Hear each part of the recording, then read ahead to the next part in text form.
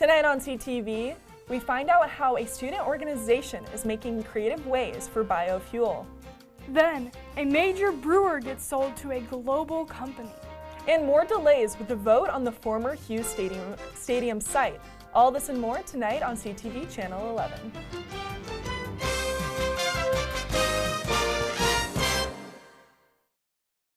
Good evening, everyone, and thank you for joining us tonight. I'm Lauryn Orcutt.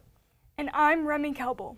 The vote to rezone the site of the former Hughes Stadium has been moved to January 21st to an ethics complaint filed against Mayor Wade Troxel and Mayor Pro Tem Kristen Steffens.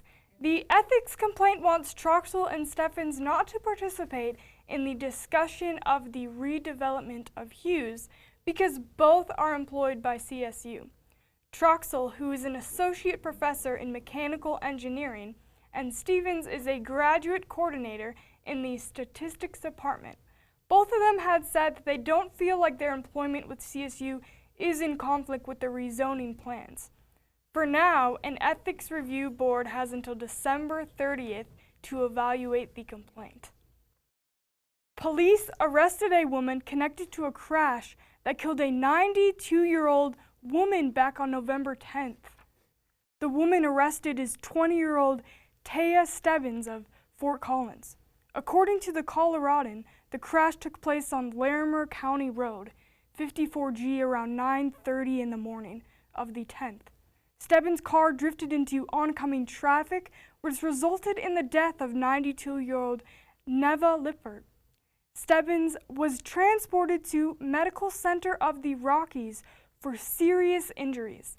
Police questioned her at the hospital, where they say, quote, a strong odor of alcohol emitting from her. Stebbins is now at the Larimer County Jail, where she is charged with vehicular assault while under the influence, reckless vehicular assault, driving under the influence, and driving without insurance. A former Poudre School District teacher was arrested for suspected crimes against children last week. According to the Coloradoan, Larimer County Sheriff deputies received a tip from the National Center for Missing and Exploited Children.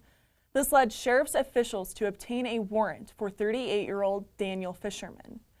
He is currently being held at the Larimer County Jail and is suspected of charges of production of child abusive material, which is a Class 3 felony. He is also being charged with possession of 20 or more images, possession of 1 or more videos of a child abusive material, both Class 4 felonies. According to the Sheriff's Office, Fisherman worked at the Poudre School District from 2008 to 2016 as a substitute teacher. Fisherman is scheduled to appear in court on November 26th. If you have any information, you are asked to contact Detective Justin Atwood at 970-498-5143. The 72-year-old woman who was hit by a train on Friday afternoon is recovering in a hospital, according to police. According to the Coloradan, the woman who was struck has not been publicly identified yet. Police say that she was attempting to cross the train as it began moving after it was stopped at the intersection of Mason and Mulberry Streets around 3 in the afternoon. There are reports that trying to cross over train tracks have gone up in Fort Collins, which is illegal. Crews are working to continue cleaning up contaminated groundwater from the Larimer County landfill. The contamination hasn't reached the water in Fort Collins yet, but officials continue to monitor it. The contamination has been going on since 1985, but officials have been working since to keep them contained.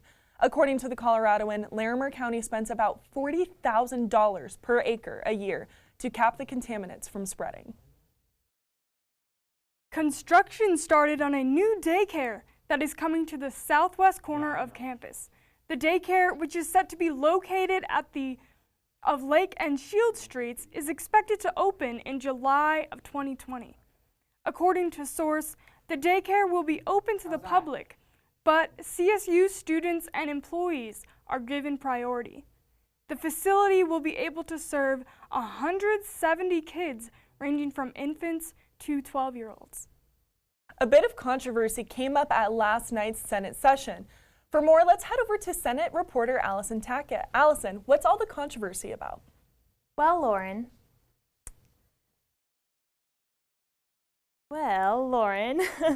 executive members from the CSU Senate answered some questions that were asked by the concerned Senate body about a recent trip to Arizona State University.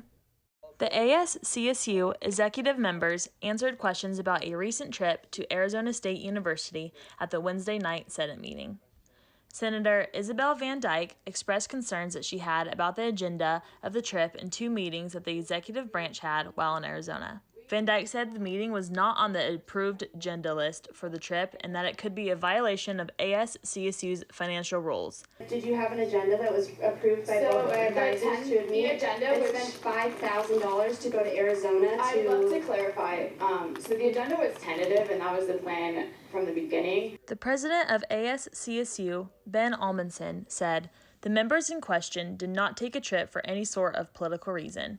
He said this questioning was about humiliating him rather than talking and addressing concerns. Other senators chimed in and said that this was not a place to be attacking officers, and a motion was passed to end questioning over this trip. But that motion did not stop the Senate from further questioning the concerns that they had over the executive branch chief of staff, Melissa Quisana. Van Dyke motioned to have Quisana removed to occurrences during previous Senate meetings. Van Dyke also said that Quisana's behavior in the past has made senators feel degraded throughout the semester. Quisana apologized for her actions shortly after this statement. Savannah Overturf said, "From my experience with Chief Quisana, she may be overpowering at times, but she uses her power to show us what to do because she's been in our position." The Senate voted not to remove Quisana's status. Allison Tackett, CTV, Channel 11. For more information about Wednesday night Senate meeting, you can go to ascsu.colostate.edu. After months of closures, the Vine Drive Bridge over I-25 opened again this week, weeks earlier than expected. According to the Coloradan, most of the work is done on the bridge with some minor touch-ups left, like installing guardrails, fences, and reseeding. CDOT says drivers should still expect some daytime lane closures while they officially finish up the rest of the work. Now, I'm sure you've noticed just as much as I have high gas prices recently, which tends to make it harder to fill your tank up at the end of the month. But some research has found that algae, yes, the stuff that grows in ponds, can be used to create fuel. And students here at the Algae Club at CSU are taking a closer look into this sustainable fuel option. We're looking into maximizing the photosynthetic capacity of, so maybe we can make it more efficient at converting sunlight into resources such as biofuels.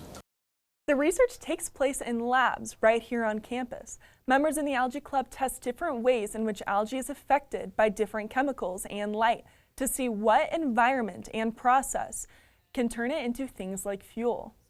It's a really unique organism. It has a lot of parts to it that we can rip out and turn into something really great. One of the popular ones right now is biodiesel. You take out the fats and you can turn that into diesel. Now, unfortunately, you can't just put this algae right into your gas tank, but research is continuing to grow to make gas prices lower and fuel more sustainable. The largest brewer in Colorado announced on Tuesday that it was being sold to beverage giant Lion Little World Beverages, which is based out of Australia. According to New Belgium, Lion Little bought the company in an all-cash transaction. But the acquisition is still pending approval by regulators and employee shareholder vote.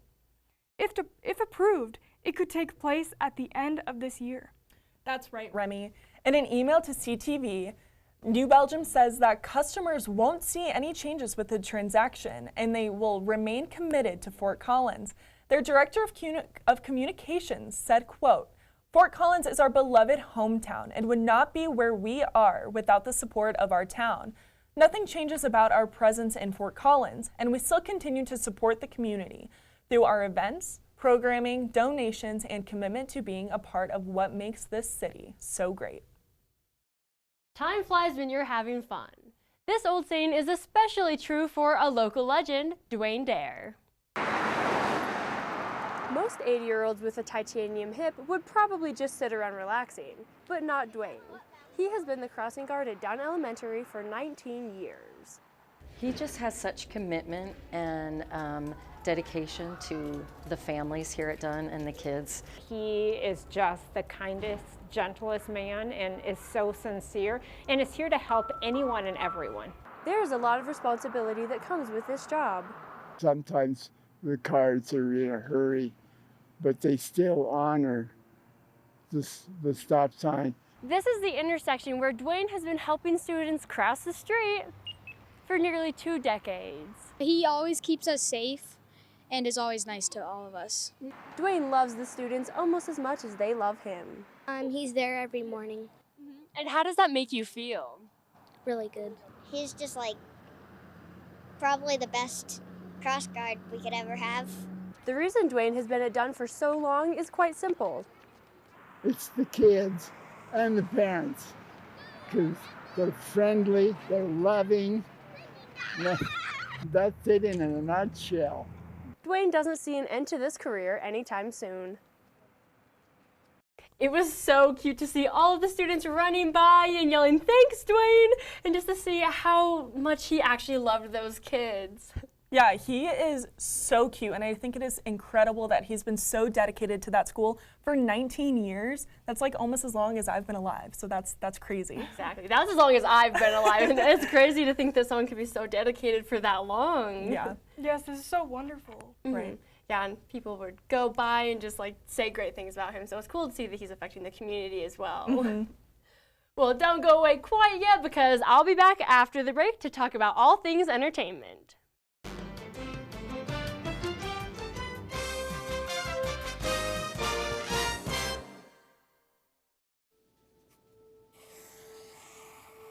Dad? Just 1 minute, okay? Hey, Bobo, do trees tell each other stories? I'm sorry. I'm afraid I don't know that. Hey, why don't we go find out?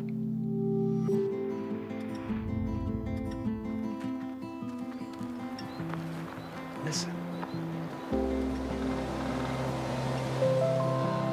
Do clouds take naps?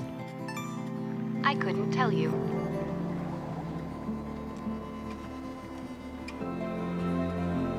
Can birds draw pictures? I don't have an answer for that. Dad, do stars visit their friends?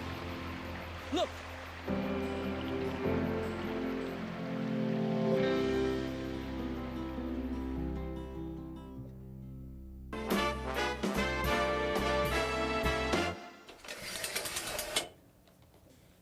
What's poppin', Rams? I'm Kristen McAllister, and I'm here to tell you about all of the spicy entertainment news that we have going on. So let's get into it. What do you think of when you picture Fort Collins? Probably food, beer, and dogs, right? Well, you probably didn't think about food trucks. A new food truck is being added to the mobile food landscape. Rocky Mountain Coquille is serving up authentic Puerto Rican dishes. The family of 3 is using old traditional recipes to make food for Fort Collins. They're currently stationed in the Recycled Cycles parking lot on Fridays and Saturdays from 11 in the morning to 4 in the afternoon. You can stop by to try their sandwiches, sides, and so much more. Even though it's not a lot, there is still some snow on the ground outside right now. And snow just really makes me want to cozy up, drink hot chocolate, and go sledding. And if you need a good place to sled, you can check out the old site of Hughes Stadium. The disc golf course that is next to the old Hughes site doubles as a classic sledding spot. So get out there where there is still some snow on the ground. Stop in the name of love, or in chicken wings. Wing Stop is officially coming to Fort Collins. This Saturday, the aviation-themed restaurant has their official opening. You may have eaten at this chain at one of their many locations around Colorado, but up until now, the closest you could get these wings is all the way in Loveland. So if you have a craving for wings, you can come help welcome this new restaurant to our community.